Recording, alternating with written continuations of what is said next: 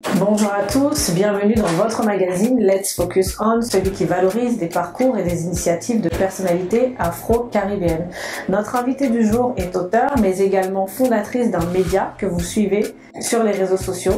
Aujourd'hui, elle vient nous présenter son média et son projet de documentaire. Vous la connaissez sous le nom de Grandeur Noire. Sans plus tarder, Let's Focus On Safia Enjoy Life. C'est parti!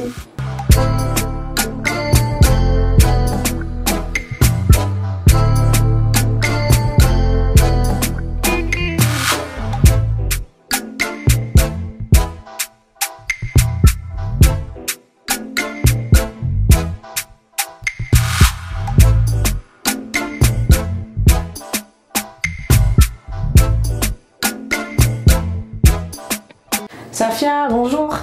Bonjour Rachel. Bienvenue dans Let's Focus On. Merci d'avoir accepté notre invitation. Merci à toi. Je suis honorée que tu aies pensé à Grandeur Noire et que tu connaisses déjà mon travail. Depuis le temps qu'on en parle et au passage un clin d'œil à Sadi Art pour la mise en relation aussi. Merci. Alors Safia, je rappelle que tu es la fondatrice du média Grandeur Noire dont on va parler. C'est un média que tu as lancé en 2016. Tu as démarré avec une page Instagram et depuis tu as fait du chemin. On te suit. Là, tu arrives à ta chaîne YouTube et un documentaire en préparation. On va y revenir tout à l'heure. C'est un média qui a pour objet vraiment d'éveiller les consciences, conscientiser et valoriser aussi notre héritage, notre patrimoine culturel africain. Et la question qui me vient d'emblée, c'est d'où vient peut-être ce manque de connaissance de l'histoire de l'Afrique selon toi? Alors déjà, je salue ton auditoire parce qu'il ne me connaît pas forcément, donc merci de regarder, merci. Grandeur Noire, effectivement, ce fut une page Instagram au tout début. Aujourd'hui, c'est différents supports numériques et notamment Grandeur Noire TV où là, tout est rassemblé. Et l'idée, c'était justement de répondre à ce manque de connaissances qui circulait très peu dans des sphères très limitées. C'était des gros livres, tout le monde n'aime pas lire. C'était aussi parfois des livres avec des vocabulaires, des vocabulaires techniques, des vocabulaires scientifiques qui décourageaient parce que tous les 2-3 mots, il fallait aller chercher un dictionnaire. Donc, c'était pas à portée de tous quand même. Et mon idée a été non seulement de répandre des informations qui étaient enfouies dans des livres, mais aussi de les rendre beaucoup plus compréhensibles, beaucoup plus digestes, donc de les vulgariser. C'est ça vraiment mon travail. Je ne suis pas une historienne, je ne vais pas à la recherche de parchemins dans des cités perdues. Par contre, j'utilise le travail des historiens et j'essaie de faire le lien entre ces historiens et le grand public pour rendre leur travail beaucoup plus accessible au grand public et aussi attrayant. Parce que souvent, quand on a été à l'école, le cours d'histoire géo, c'était pas le préféré de tous, tu vois. Oui. Et alors, pour en revenir à ta question sur le pourquoi on ne sait pas, pourquoi on ignore. Qu'est-ce qui explique le manque de connaissances? C'est tout simplement qu'on vit dans un monde qui ne nous correspond pas, qui n'est pas le nôtre. On va, en tout cas pour nous, francophones, on va dans des écoles qui correspondent à la République française. À l'histoire des Français, au patrimoine culturel français. Donc quand on nous raconte le petit chaperon rouge ou Pierre et le loup avec des imaginaires qui ne correspondent pas aux imaginaires de la Caraïbe, de l'Afrique du Sud ou de l'Afrique, forcément on ne se connaît pas et forcément on ne connaît pas le passé des Amérindiens pour la Caraïbe et l'Afrique du Sud et l'Amérique du Sud. On ne connaît pas le passé historique glorieux de l'Afrique. Forcément ce n'est pas nous qui racontons l'histoire et ce n'est pas notre histoire qui est racontée. Donc l'une des choses qu'il va falloir faire, c'est de construire ou reconstruire.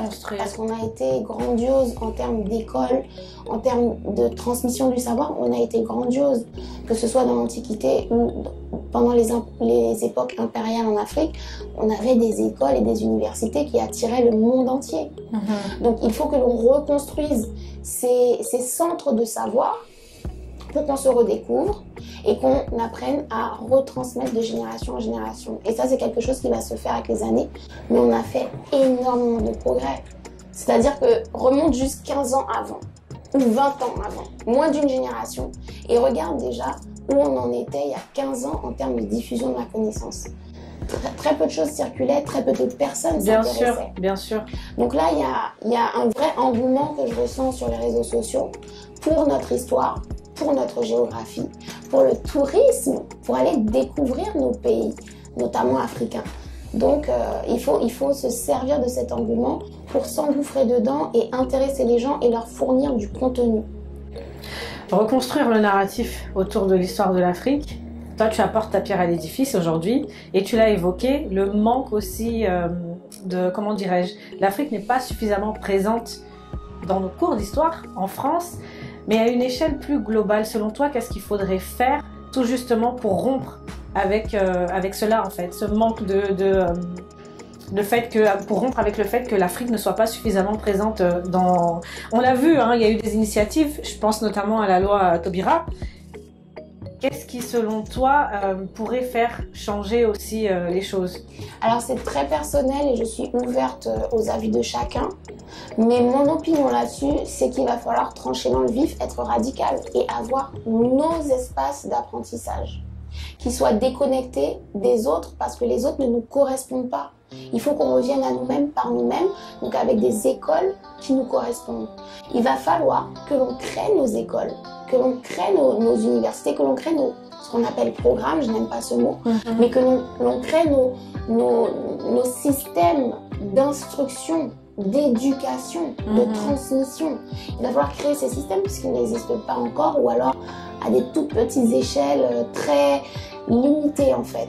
Il va falloir quitter les programmes de la République pour créer nos manuels, pour créer nos programmes, nos formations en fait, mais pour aussi former nos instituteurs, nos professeurs, pour qu'ils sachent quoi transmettre et comment transmettre. Parce qu'il y a deux choses à refonder, non seulement à travers nos écoles, mais je pense de façon générale, c'est la façon d'enseigner aux enfants.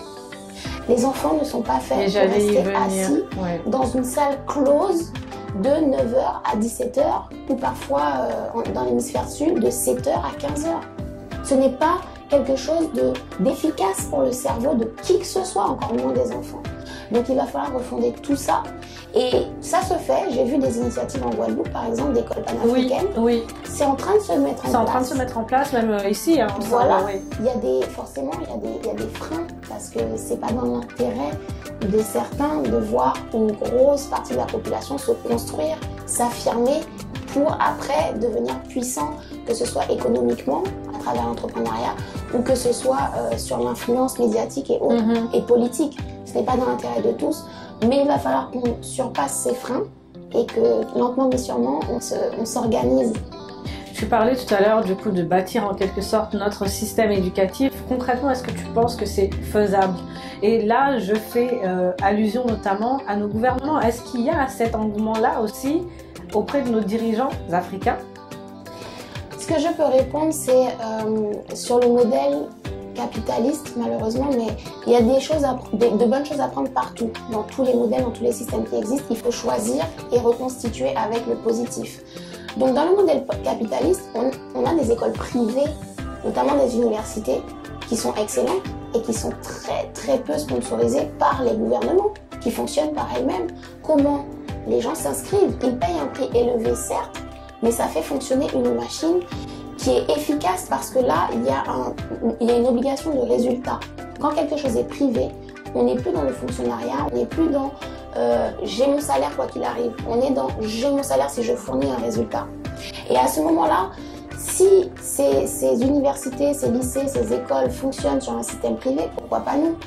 La seule chose qui nous en empêche, c'est que les personnes qui vont vouloir s'inscrire là, elles veulent des diplômes qui leur permettent de s'intégrer à un autre système qui ne leur correspond pas. Sauf que si nous, économiquement, je vais parler très concrètement, on a des entrepreneurs qui font confiance à ces écoles, qui les sponsorisent et qui embauchent des personnes issues de ces écoles avec les diplômes de ces écoles. On n'a plus besoin en fait que ces diplômes plaisent à un autre système qui n'est pas le nôtre. Ouais. Donc, pour faire court, Harvard est très connu, donc je vais prendre cet exemple-là. Harvard est une université très connue qui est privée. Donc à partir du moment où nous, on a notre système comme Harvard, où les gens s'inscrivent, où il y a des gens très riches qui sponsorisent ces écoles-là, Ces écoles fonctionnent en dehors du système actuel républicain, mais ça permet quand même d'obtenir une carrière professionnelle pour les personnes qui y entrent et qui en sortent. Donc, c'est tout un système qui est imbriqué. Il faut que l'entrepreneuriat se développe en parallèle de nos centres de formation et que l'un finance l'autre et l'un, comment dirais-je, alimente l'autre. Donc, avec toutes les personnes qui vont sortir de ces écoles formées, excellentes, ça va alimenter l'entrepreneuriat. Forcément, on aura des directeurs, on aura des architectes, on aura des archéologues. Ça va, c'est un vase communicant. Mais pour ça, il faut s'unir. Exactement. Et je pense que là, on est dans le nœud de... Si on débloque ce nœud-là, le progrès africain va faire un bond fulgurant. Si on débloque la désunion qui existe dans notre communauté. Donc pour toi, il n'y a pas d'union du tout aujourd'hui au sein de notre communauté. Il n'y a pas d'unité. L'être humain n'a jamais été totalement uni. Tous les êtres humains qui ont été sur la Terre à un instant T ne se sont jamais tous unis et regroupés. Ce n'est pas humainement et même dans la vie animale, on le voit. Il y a des rivalités, il y a des clans. C'est une question de survie. Par contre, aujourd'hui, nous sommes dotés d'une expérience par rapport au passé. On a vu ce que la désunion nous a fait. Le continent africain est tombé à cause et uniquement à cause de la désunion, pas à cause des armes à feu. Parce que même contre des armes à feu, si on s'était réunis, ils n'auraient pas pu passer et envahir et s'installer. Donc, on a cette expérience-là, on peut réfléchir aujourd'hui et mettre de côté les égos, les dissensions qui sont, on va dire, par rapport aux vrais enjeux, qui restent quand même très futiles et qui restent quand même très insignifiantes par rapport aux vrais enjeux, surtout sur le long terme pour nos enfants et nos petits-enfants. Tu as parlé des enfants tout à l'heure et justement, j'allais revenir sur ce point-là. Aujourd'hui, comment se détacher, déjà nous adultes, mais comment aussi détacher nos enfants, détacher leur regard en fait de cette influence coloniale. Tu as parlé potentiellement de pouvoir créer des écoles qui nous correspondent, mais on sait que ça se fera pas du jour au lendemain. Dans la vie de tous les jours, qu'est-ce que nous, parents, devrions faire pour pouvoir détacher nos enfants de cette influence-là? Puisque l'enjeu, on l'aura compris, c'est aussi aujourd'hui voilà, de s'approprier de notre culture, de notre propre histoire et voilà, porter un regard positif sur l'histoire et la culture africaine. La nature ne supporte pas le vide, c'est bien connu. Donc forcément, si on retire quelque chose, il faut forcément remplacer soit autant, soit plus, par quelque chose de plus. Donc ce que j'invite à faire, c'est à intéresser. Pourquoi un enfant s'intéresse à Harry Potter? Parce que un enfant noir, il n'a rien en face d'Harry Potter qui soit positif, qui soit à peu près de la même tranche d'âge, c'est-à-dire un enfant noir qui fait de la magie, qui a des pouvoirs, qui gagne des méchants. On a quoi en face? Il faut créer des choses en face, des héros positifs et très très médiatisés qui font le buzz. Et ce buzz-là, c'est nous qui le créons. Je vais citer par exemple Maïko, parce que c'est le dessin animé que je montre à mon bébé tous les jours. Il y a un dessin animé Maïko qui est gratuit, accessible sur YouTube gratuitement, en français, en anglais. Il y a 2 versions. Pourquoi ce dessin animé ne fait pas le buzz? Pourquoi tous les parents ne montrent pas ça à leurs enfants? Tous leurs enfants ne ramènent pas ça dans leurs écoles, en pull, en t-shirt, en jeu? C'est ça. Il faut qu'on mette du contenu pour nos enfants. Et c'est un de mes combats avec ma maison d'édition, Grandeur dans l'édition. On va en parler de tous tes produits. De produire des supports pour les enfants. Donc on a fait des puzzles, on a des calendriers qui accompagnent l'enfant au quotidien, on a des jeux de cartes, on a des livres. Tout ça va peupler l'environnement, l'univers imaginaire de cet enfant-là.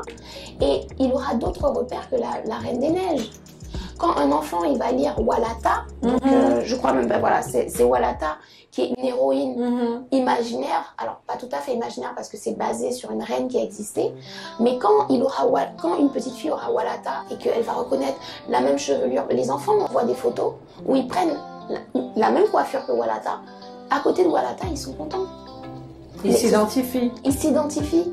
Donc quand on va remplacer, on va dire toutes les pas remplacer forcément, mais quand on va juxtaposer des références où les enfants s'identifient positivement.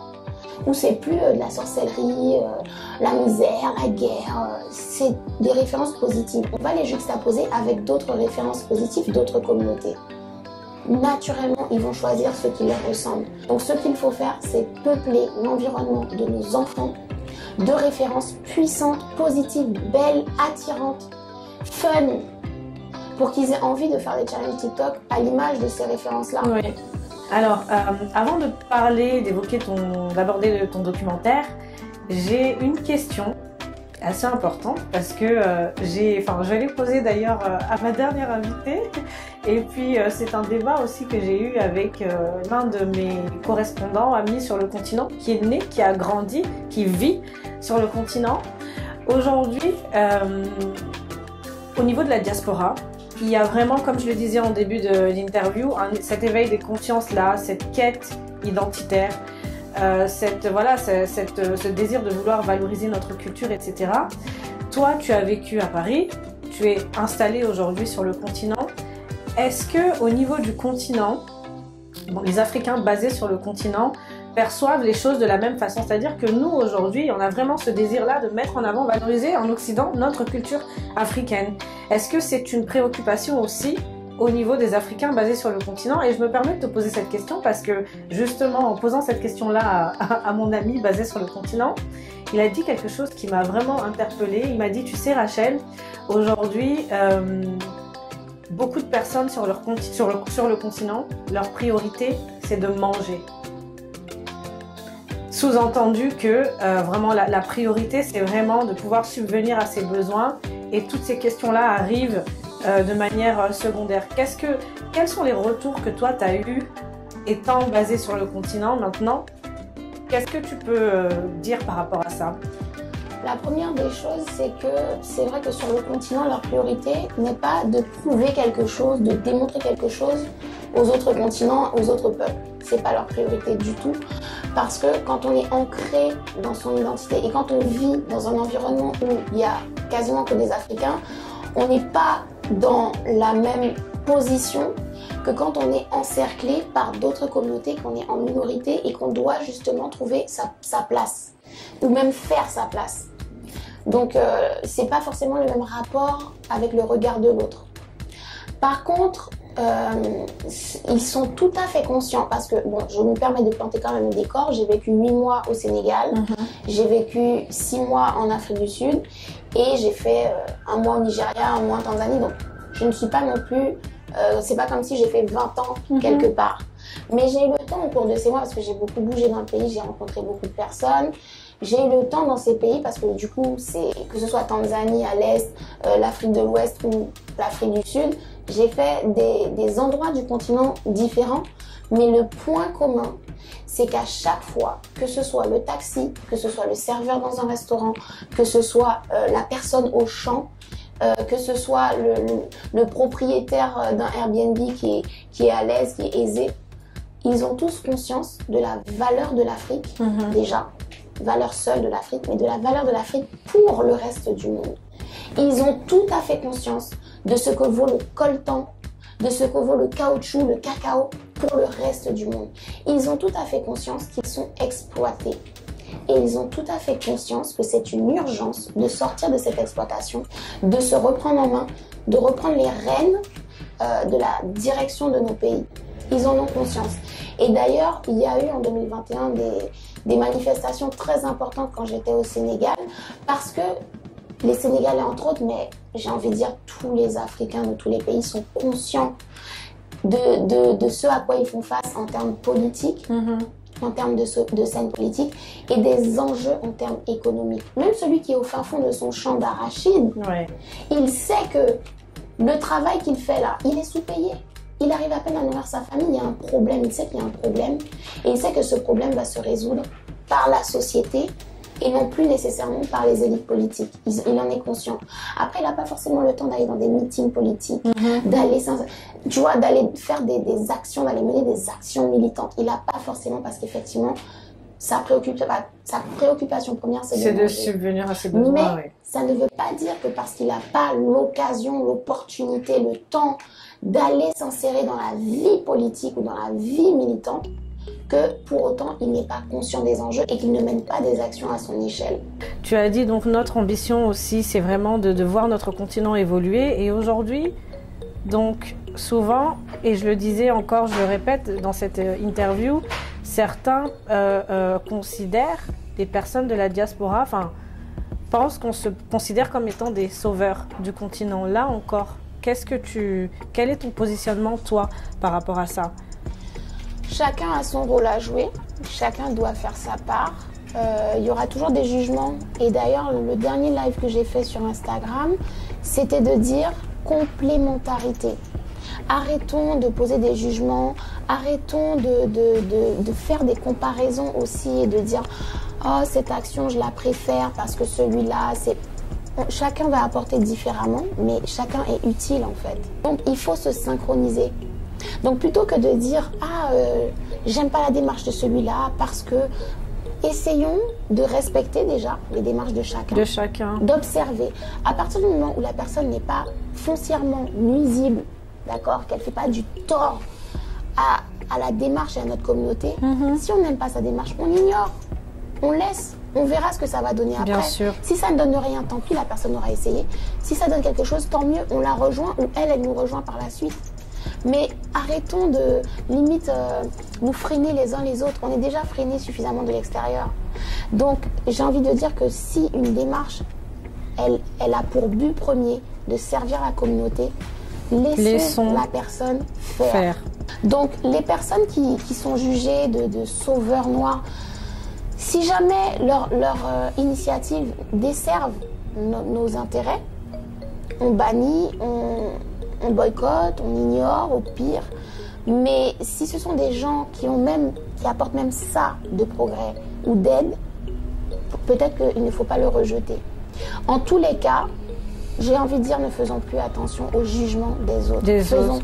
Parce qu'effectivement, moi j'ai envie de faire un documentaire, il y en a qui vont se dire, mais elle est guyanaise, quelle est sa légitimité pour aller faire un documentaire en Afrique sur les Africains? Je fais, ceux à qui ça va parler, tant mieux. Suivront dans ta démarche, si c'est utile, tant mieux. Ceux qui ne vont pas se retrouver dans ce documentaire, peut-être qu'il y aura un autre type de contenu qui va leur parler, tant mieux. Mais moi, j'aurais essayé. Et en fait, je ne m'occupe pas de qui dit quoi. Et il faut que chacun fasse sa part. Du moment qu'on le fait pour la lumière, dans la lumière, on se met des œillères et on continue sa route. D'accord. Alors justement, par rapport à ton documentaire, est-ce que tu peux nous dire quelques mots au sujet de ce documentaire-là? Quels sont tes challenges aujourd'hui? Déjà, pourquoi en fait? Pourquoi un documentaire? Et potentiellement, quand est-ce que ça sortira? Alors pourquoi? Parce qu'en 2016, j'ai créé le hashtag l'Africain ne nous montre pas. Quand j'ai eu cette idée en 2019 de faire ce documentaire, c'était à la base de belles images de l'Afrique et dire allez en Afrique, c'est une destination touristique aussi belle que d'autres. Et aujourd'hui, ça a évolué. Aujourd'hui, le concept a beaucoup évolué. On ne va plus rester dans la surface du tourisme, on va creuser vraiment. Et donc l'idée, pourquoi? C'est parce qu'il y avait encore une fois un manque de représentativité positive de notre continent. C'était pour répondre à ce manque. Bon, entre-temps, c'est vrai que on a rencontré beaucoup de difficultés puisqu'il y a eu d'abord la fermeture des frontières due à la maladie. Aujourd'hui, il y a une inflation des prix incroyable par rapport à des conflits européens là. Donc du coup, on est face à des crises financières, on est face à des difficultés. Et comme on veut faire les choses bien quand même, on préfère prendre le temps, mais de les faire bien. Et l'autre difficulté aussi, c'est que notre démarche ne parle pas forcément, ça ne sert pas les intérêts occidentaux, ça sert les intérêts purement africains. Donc notre démarche n'est pas forcément soutenue par des médias ou des chaînes occidentales et c'est difficile de se faire subventionner parce que nous on n'est pas suffisamment structurés. On n'a pas de boîte de production avec des gros moyens pour venir dire ben voilà, on va vous aider à produire ça. Donc on frappe à des portes, mais c'est très compliqué. Donc si jamais des donateurs privés regardent et sont intéressés par le projet, on a présenté le projet avec le prologue sur la chaîne YouTube Grandeur Noire. Vous tapez prologue Grandeur Noire. Tout de suite, vous allez trouver, c'est la première vidéo, et ça présente le projet. Donc si vous êtes intéressé, allez jeter un œil. C'est un court-métrage de 5 minutes. Ça prend 5 minutes d'une vie. Vous comprenez un peu mieux ce qu'on veut faire, ce qu'on veut vous montrer. Et là, si vous êtes intéressé, grandeurnoire.office@gmail.com. Toute aide est la bienvenue. Que ce soit une aide financière, une aide en nature, c'est-à-dire, moi j'ai une voiture, j'ai un van par exemple, sur place, je peux vous recevoir dans ce pays-là, je peux vous assurer les transports. Mon cousin a un hôtel, on peut vous donner 4 chambres, on peut vous fournir 4 chambres pendant 3 jours. Toute aide est la bienvenue. Et la bienvenue est utile et nécessaire, donc soutenons Grandeur Noire. Safia, on arrive à la fin de notre échange, mais avant de clôturer, j'aimerais que tu puisses nous présenter tes produits. Tout à l'heure, tu as parlé de puzzles, d'outils pour les enfants. Est-ce que tu peux nous présenter tout ça rapidement avant de conclure? Alors du coup, la maison d'édition Grandeur Noire a beaucoup de produits. Je vais juste montrer les produits phares, sinon ça va prendre toute l'émission. On a déjà 3 livres, le conte Walata, et d'ailleurs je porte son effigie avec le pull. On a aussi un conte Petite Soa. On a un livre cette fois-ci biographique qui présente 42 portraits de femmes qui ont existé et qui existent parfois pour certaines qui sont encore vivantes, et qui présentent 42 femmes qui ont fait des choses extraordinaires, qui sont très inspirantes. Il y a tous les âges et toutes les époques. Donc ça, c'est vraiment filles comme garçons, c'est pour nos enfants, pour qu'ils aient des repères justement, des représentations positives. On a le coloriage. On a un quiz, donc un coffret d'énormément de questions de culture générale avec des cartes. Et ça, les gens adorent. Donc ça, c'est un des best-sellers. Oui. On a plusieurs puzzles, dont celui-ci de 500 pièces qui représente une famille éthiopienne royale. Et on a aussi un des produits phares, c'est le calendrier 2022. Il est tellement populaire qu'on a dû refaire, parce que normalement ça se vend en janvier, on a dû refaire une série pour la foire de Paris. Oui. On sera à la foire de Paris du 28 avril au 9 mai. Et donc, pour la foire, les gens ont demandé, ont exigé. Et on a ce calendrier qui accompagne tout un chacun, tous les jours. La particularité, c'est que ça présente un personnage avec la biographie, mais ça présente également une date. Pour chaque mois, il y a une date très importante, une date clé pour notre histoire. Donc, c'est du tout en un. C'est agréable, c'est ludique, c'est inspirant et c'est joli. Et c'est... Voilà. Consommer afro. On dit pour les enfants, mais moi je pense que je vais apprendre aussi avec. Oui, avec il y a beaucoup d'adultes. Ouais. Merci beaucoup, Safia. Avec plaisir. Et vraiment, bravo pour tout ce que tu fais, parce que c'est vraiment. Je n'imagine même pas en fait tout le temps, l'investissement que tu dois, l'investissement autour de ce projet-là, mais c'est nécessaire. Et comme je le disais, c'est pas seulement pour les enfants, hein. Moi-même l'adulte, je sais qu'au travers de mais il y a beaucoup d'adultes qui commandent même les coloriages. Oui, je suis étonnée. Oui. Il y a des adultes qui font des mandalas, je sais pas comment ça s'appelle. Oui. Bon, en tout cas, qui se servent des coloriages. Merci beaucoup, Safia. Merci également à vous qui nous suivez, ainsi que merci à toute mon équipe. Merci à tous mes partenaires, Sadi Art, Auré Coiffure, l'agence Spécimen, à Dewear, ainsi qu'à Sharon au campus des maquilleurs. Rendez-vous la semaine prochaine sur votre chaîne Vox Africa.